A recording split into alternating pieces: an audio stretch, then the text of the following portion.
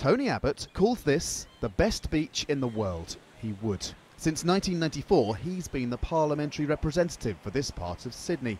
A year ago, he was also elected Australia's Prime Minister. The assessment so far from voters who know him best? I wasn't a great fan of his initially, but these current issues I think he's handled very well. A score out of 10, I would probably give maybe a 4. On election night, Abbott's commitment was to keep his promises.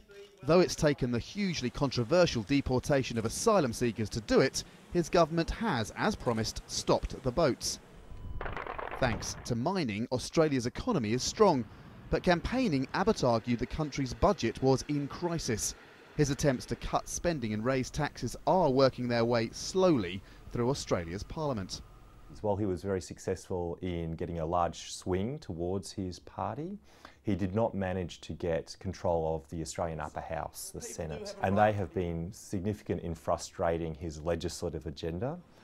Abbott has managed to scrap an environmental carbon tax. That, approving a coal port near the Great Barrier Reef, and an attempt to remove protection from pristine forests so they could be logged, has had many saying Abbott is an environmental wrecker. When, late last year, bushfires struck near Sydney, the United Nations head of the Climate Change Convention suggested they were connected with global warming. Abbott said she was talking through her hat.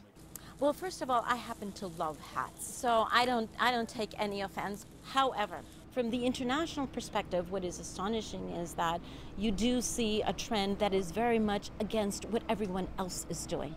The disappearance of Malaysia Airlines flight MH370 thrust Abbott onto the international stage. He threw his country's full resources at the search of Australia's west coast. Later, when MH17 was shot down over Ukraine, killing 38 people living in Australia, Abbott led calls for sanctions on Russia. Abbott's government marked a distinct shift to the right in Australian politics, a leaner, some say meaner government. The next 2 years of his term will reveal whether it mellows or hardens with age. Andrew Thomas, Al Jazeera, Sydney.